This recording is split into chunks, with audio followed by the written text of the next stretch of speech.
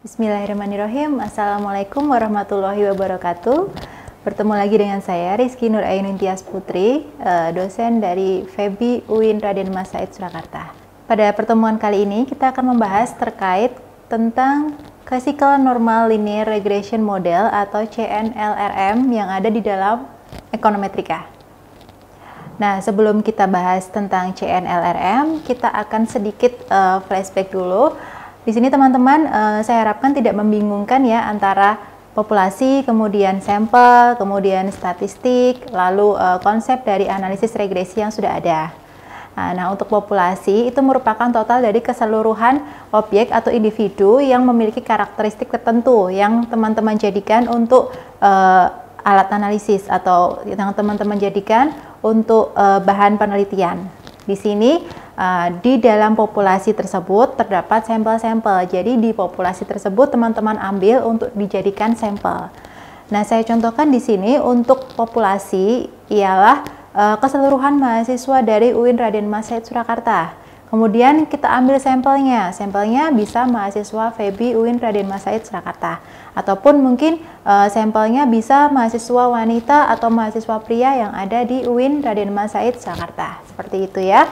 Kemudian parameter. Teman-teman di sini juga saya harapkan tidak membingungkan masalah parameter.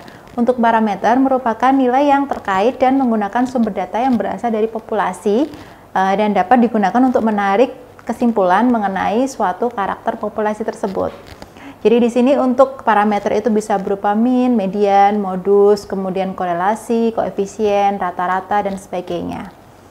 Nah, kemudian untuk konsep dasar dari analisis regresi yang sudah kita pelajari kemarin, ada regresi linear sederhana, berganda, dan non-linear. Di sini untuk konsep dasarnya kita samakan persepsi, yaitu dinyatakan pada suatu nilai dari variabel independen atau variabel bebasnya yang berupa nilai X tertentu yang acak, kemudian terhadap banyaknya kemungkinan nilai dari variabel terikat Y atau variabel dependen dari Y yang muncul kemudian tersebar dan mengikuti pola distribusi, baik itu distribusi secara normal atau tidak, dengan rata-rata dari Y tersebut yang kemudian dialokasikan dengan varians atau sigma kuadrat tertentu.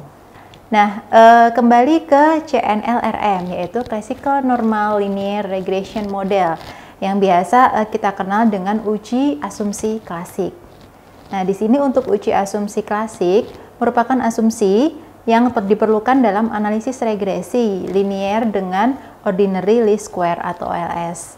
Jadi, seringkali untuk uji asumsi klasik atau CNLRM itu biasa disebut dengan the Gaussian standard, karena memang pencetus utamanya ialah Gaussian. Kemudian, apabila hasil regresi telah memenuhi asumsi-asumsi regresi, maka nilai estimasinya yang diperoleh itu diharapkan akan bersifat blue, yaitu Bayes linear unbiased estimator. Nah, di sini hasil regresi dinyatakan sebagai best atau terbaik apabila garis regresi yang dihasilkan guna melakukan estimasi tersebut atau peramalan yang ada atau sebaran yang ada itu menghasilkan error term yang kecil. Jadi diharapkan semakin kecil error akan semakin baik. Jadi kemudian untuk tujuan dari pengujian dari asumsi tersebut memberikan kepastian bahwa persamaan regresi yang didapatkan itu memiliki ketepatan dalam estimasi, kemudian diharapkan tidak bias dan konsisten. Jadi itu tujuan dari nilai atau nilai estimasi yang bersifat blue. Terdapat 10 asumsi Classical Normal Linear Model, tetapi kesepuluhan itu tidak serta-merta langsung diuji atau dianalisis satu persatu, karena ada asumsi 1, asumsi 2, dan sebagainya itu masih sudah termasuk ke dalam asumsi-asumsi yang lain ketika kita menguji menggunakan alat analisis. Nah, 10 analisis atau 10 asumsi tersebut antara lain bisa dilihat di sini, ialah yang pertama, asumsinya linear regression model. Seperti namanya ya, kita untuk modelnya harus linear. Jadi model regresi yang ada itu harus linear atau harus berada pada garis lurus. Dan persebarannya itu berada pada garis-garis tersebut untuk scatter plotnya. Kemudian asumsi yang kedua yaitu X values are fixed in repeated sampling. Yang mana berarti bahwa nilai variabel penjelas atau explanatoris, di sini nilai variabel penjelasnya apa, yaitu variabel dari X atau variabel bebasnya tetap, jadi nilainya tetap pada sampling yang berulang. Kemudian yang asumsi ketiga ialah zero mean value of disturbance AE. Dimaksudkan bahwa nilai rata-rata dari disturbance atau gangguan error E ialah 0. Jadi semakin baik untuk disturbance-nya itu nilainya 0. Lalu asumsi yang keempat ialah homoscedasticity or equal variance of AE. Jadi di sini diharapkan data yang ada bersifat homoscedasticitas atau variance AE itu sama untuk seluruh observasi. Nanti bisa kita lakukan uji heteroskedastisitas untuk menguji apakah data tersebut bersifat homoskedastisitas atau heteroskedastisitas. Untuk asumsi kelima yaitu no autocorrelation between the disturbance. Jadi diharapkan tidak ada autokorelasi di antara variabel-variabel pengganggunya. Jadi untuk autokorelasi tersebut dimaksudkan bahwa pada T dan T-1 itu tidak ada pengaruh satu dengan yang lainnya. Kemudian yang keenam, asumsi yang keenam ialah zero covariance between AE dan XE. Jadi untuk covariance-nya bernilai 0 di antara AE dan XE. Untuk asumsi ketujuh, the number of observation N must be greater than the number of parameters to be estimated. Nah, di sini untuk angka atau jumlah observasi yang ada itu harus lebih besar daripada jumlah dari parameternya. Jadi di sini saya contohkan untuk observasi itu N-nya sejumlah 30. Itu dinamakan sebagai N sampel kecil. Nah, kemudian parameternya itu berjumlah 4 atau 5, yang mana parameternya itu berupa X1, X2, X3, X4, dan seterusnya, dan ada Y-nya. Nah, itu tidak boleh lebih banyak daripada observasi yang sudah ada. Kemudian untuk asumsi ke-8, variability in X values. Jadi nilai X itu harus bervariasi, tidak boleh monoton antara X1, X2, dan X3. Jadi nilainya tuh harus bervariasi antara satu dengan yang lainnya. Lalu asumsi yang ke-9, the regression model is correctly specified. Jadi di sini harus model regresi itu harus dispesifikasi dengan benar. Jadi dibutuhkan pada awal mula apa yang harus kita lakukan agar spesifikasi itu bisa benar dan tepat sehingga tidak diperlukan pengulangan dalam menganalisa. Dan asumsi yang terakhir ialah there is no perfect multicollinearity. Jadi tidak ada multicollinearitas yang sempurna. Seperti itu untuk 10 asumsi Jali classical normal linear regression models. Kita jelaskan satu persatu ya. Untuk yang asumsi pertama yaitu linear regression model. Untuk linear regression model, nah untuk linearitas ada dua jenis, yaitu linear dalam parameter dan linear dalam variabel. Jadi di sini untuk persamaan Y sama dengan A plus BX dapat disebut sebagai bentuk linear apabila koefisien dari B atau beta memiliki pangkat 1. Jadi asumsi tersebut diperlukan dalam regresi linear adalah linearitas pada parameter, bukan pada variabel. Jadi yang kita butuhkan ialah linearitas pada parameter. Selanjutnya untuk asumsi yang kedua yaitu X values are fixed in repeating sampling. Nah, di sini diasumsikan bahwa nilai variabel X tetap dalam sampel yang berulang. Saya contohkan di sini untuk pendapatan Y per bulan itu ada 3, 3, 3, 3, 4, 5, 6. Kemudian konsumsi per bulan 2,5, 2, dan seterusnya. Di sini diartikan bahwa untuk nilai tetap untuk X yaitu gaji 3 juta. Maka sampel pertama mempunyai pengeluaran 2,5 juta. Lalu kita ambil lagi sampel kedua dengan gaji 3 juta. Lalu pengeluarannya sebanyak 2 juta. Demikian seterusnya untuk sampel dengan gaji atau konsumsi 2,5, 4,5, 4, dan seterusnya. Jadi nilai X dianggap tetap pada sampel yang berulang. Untuk asumsi yang ketiga ialah zero mean value of disturbance A. Jadi tidak ada nilai zero mean value of disturbance A. Jadi nilai Y hasil prediksi dengan model regresi tentunya memiliki kesalahan atau error atau ketidaktepatan dengan nilai Y pada data. Jadi di sini dihadapkan pada dua sisi, yaitu Y realita dan Y prediktor. Di sini selisih dari nilai Y real dan Y prediktor atau prediksi disebut dengan disturbance error atau error yang ada, dan sering disimbolkan dengan UI atau EI. Jadi gangguan error atau disturbance error itu harus memiliki rata-rata dengan nilai 0.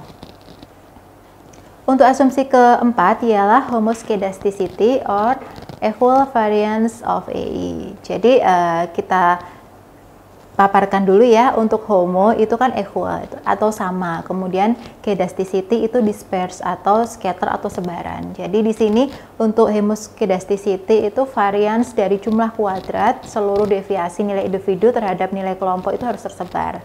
Jadi nilai error atau nilai dari disturbance harus sama pada masing-masing nilai variabel independennya atau nilai X-nya. Nah, untuk homoscedasticitas merupakan variabel pengganggu E memiliki varians yang sama sepanjang observasi dari berbagai nilai X yang ada. Ini berarti menyatakan bahwa data dari Y pada setiap X itu akan memiliki rentangan yang sama. Jadi untuk data yang memiliki rentangan yang tidak sama itu maka dinamakan heteroskedasticitas. Ini nanti juga akan bisa diuji menggunakan uji heteroskedasticitas. Kemudian kita lakukan pemeriksaan dari asumsi homoscedasticitas. Biasanya kita tampilkan ke dalam bentuk scatter plot ya. Di sini sama halnya pada linearitas, jika plot antara EI dengan XI menunjukkan pola yang acak atau stokastik antara EI dan Y, maka menunjukkan pola acak dengan asumsi kesamaan varians atau homoscedasticitasnya terpenuhi. Seperti pada gambar ini, di situ titik-titiknya atau scatter plotnya itu terpencar antara satu dengan yang lain dan tidak mengumpul pada satu titik tertentu. Maka diasumsikan bahwa homoscedasticitasnya terpenuhi. Selanjutnya untuk asumsi kelima yaitu no autocorrelation between the disturbance. Jadi tidak ada autokorelasi di antara variabel-variabel pengganggu. Jadi di sini ada beberapa sebab munculnya autokorelasi dan biasa terjadi pada data dengan menggunakan data time series. Sebab munculnya autokorelasi antara lain adanya kesalahan dalam pembentukan model. Kemudian tidak memasukkan variabel-variabel yang dianggap penting ke dalam persamaan. Kemudian ada manipulasi data. Dan yang terakhir kemungkinan ada penggunaan data yang tidak empiris. Jadi di sini untuk asumsinya masih berkaitan dengan nilai error, yaitu pada suatu data untuk dua buah nilai X, maka kedua error itu tidak berkorelasi atau memiliki korelasi dengan nilai 0. Selanjutnya, asumsi keenam, zero covariance between EI dan XI. Jadi di sini untuk variabel X dan disturbance atau gangguan E itu tidak berkorelasi, sehingga diasumsikan bahwa Y itu akan dipengaruhi oleh X dan E, sehingga X dan E tidak boleh saling berkorelasi satu dengan yang lain. Nah, di sini jika X dan E itu berkorelasi atau berhubungan, maka tidak mungkin mencari pengaruh masing-masing terhadap Y. Karena apa?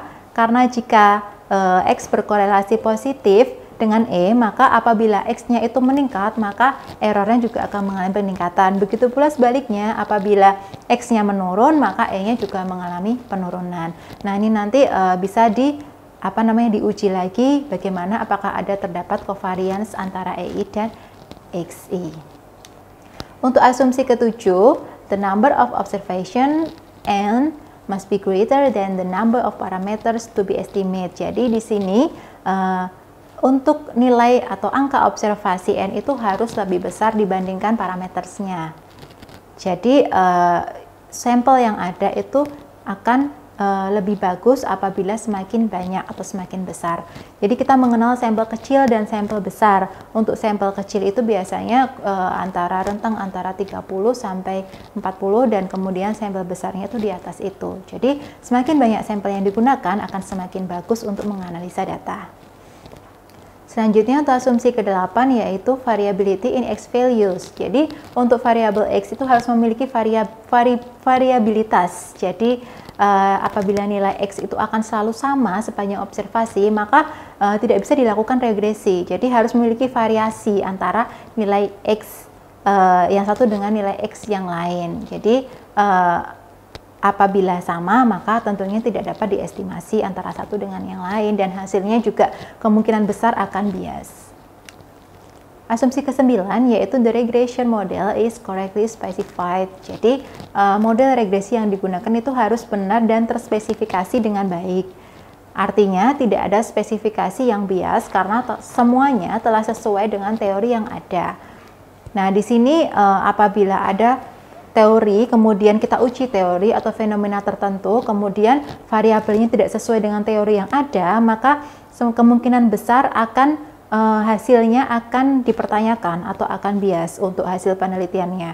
Dan apabila teman-teman di sini ada satu teori, kemudian diaplikasikan ke dalam uji-uji, kemudian ternyata teori dasarnya itu tidak berlaku, maka nanti teman-teman bisa melakukan penelitian lebih lanjut, kemudian bisa menjelaskan mengapa teori tersebut tidak relevan dengan hasil penelitian yang teman-teman dapatkan. Seperti itu. Selanjutnya untuk pemeriksaan dari normalitas. Jadi untuk normalitas itu digunakan untuk melihat apakah data itu terdistribusi normal atau tidak. Jadi untuk data yang terdistribusi normal itu apabila pencaharian dari plot atau scatter plotnya membentuk atau mendekati suatu garis yang ada di dalam grafik. Jadi asumsi-asumsi dari distribusi normalitas itu akan terpenuhi dengan satu dengan yang lainnya seperti pada gambar disebut.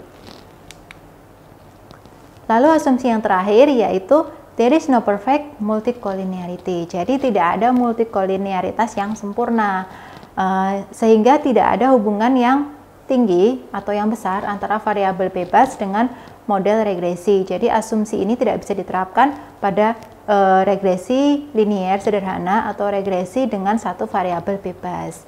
Kemudian apabila suatu model memiliki beberapa variabel dan sebagian dari variabel mereka itu dapat menjelaskan hubungan linier secara pasti, maka variabel tersebut dapat dikatakan variabel yang dikenal sebagai multicollinearity. Jadi seperti itu. Jadi dari ke-10 dari classical normal linear model dapat kita simpulkan bahwa model ordinary least square atau OLS akan menghasilkan estimasi nilai parameter model penduga yang sahih bila dipenuhi asumsi-asumsi antara lain tidak ada autokorelasi atau no autocorrelation, no multicollinearitas atau no multicollinearity, dan tidak ada heteroskedastisitas. Kemudian data yang ada bersifat normal atau terdistribusi normal. Begitu untuk materi terkait dengan uji asumsi klasik, Classical Normal Linear Regression Model. Terima kasih atas atensinya. Semoga bermanfaat. Wassalamualaikum warahmatullahi wabarakatuh.